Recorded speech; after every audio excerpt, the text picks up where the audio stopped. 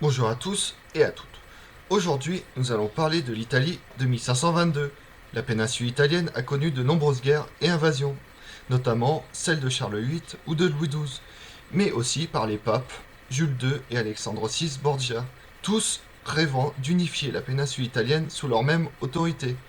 L'Italie apporte de nombreux intérêts, aussi bien artistiques qu'économiques, avec le commerce avec le Nouveau Monde et avec l'Inde.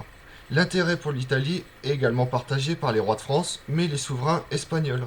Merci et bon visionnage à tous.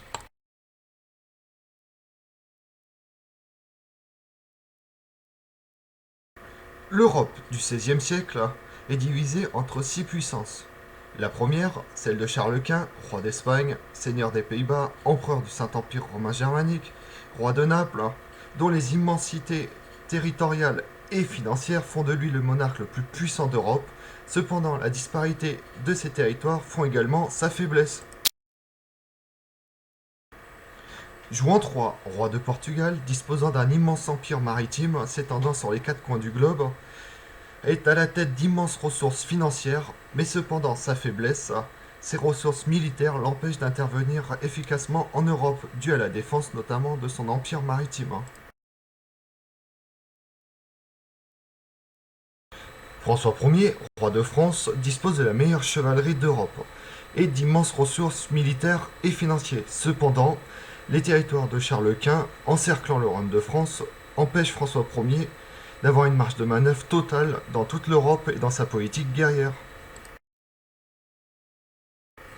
Henri VIII, roi d'Angleterre, à la tête d'une puissante marine, est relativement faible militairement. Cependant, son rôle de médiateur et d'arbitre dans l'Europe entre les conflits de François Ier et Charles Quint font de lui un atout non négligeable dans la politique européenne. En effet, chaque monarque recherche son alliance pour faire basculer la guerre dans un camp comme dans l'autre.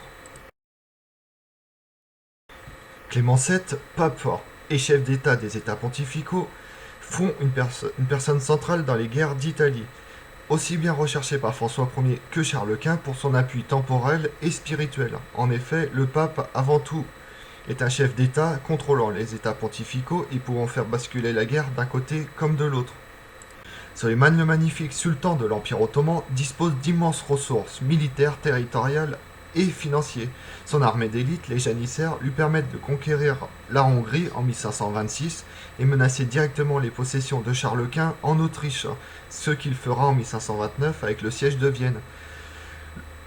L'Empire ottoman s'étend sur trois continents, aussi bien l'Afrique, l'Asie que l'Europe, faisant de Soliman un acteur incontournable de toute la politique européenne, dont François Ier se fera un allié.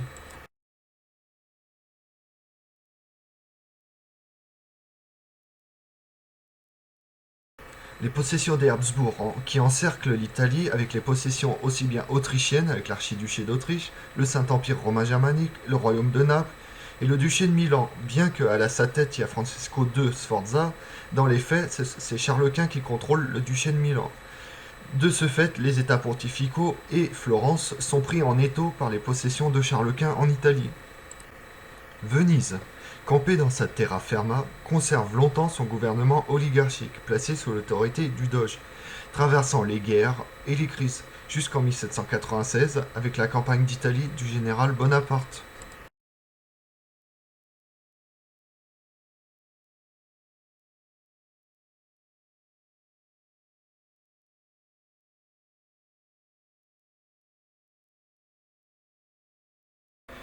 Malgré d'illustres capitaines, comme Louis de la Trémoille, Jacques de la Palisse, le chevalier Bayard, dont ce dernier en 1503 réussit un des plus grands exploits de toute l'histoire, en défendant le pont de Garigliano seul contre 300 Espagnols.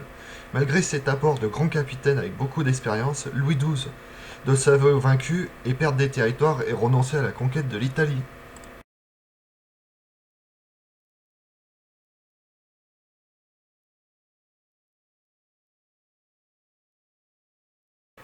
Alphonse Ier d'Este, duc de Ferrare, allié du royaume de France, va faire profil bas et négocier avec le pape et Charles Quint pour obtenir les villes tant désirées.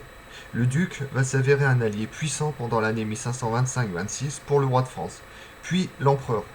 Clément VII, En jouant sur les deux tableaux, c'est attirer les foudres de l'empereur et tente de faire amende honorable pour gagner du temps pendant la reconstitution des forces françaises. Mais une menace venant de l'Est le pousse à changer de politique. Venise reste dans la même option, combattre les impériaux, contrôler le nord de l'Italie et repousser les Ottomans, se faisant de plus en plus pressant et menaçant directement les possessions vénitiennes. Enfin, Francesco II Sforza, duc de Milan, est le plus affaibli et menacé. Il doit subir les vexations des troupes impériales, le duc de Milan n'a plus de ressources financières et militaires. De fait, le duc de Milan est sous contrôle et tutelle de l'empereur Charles Quint.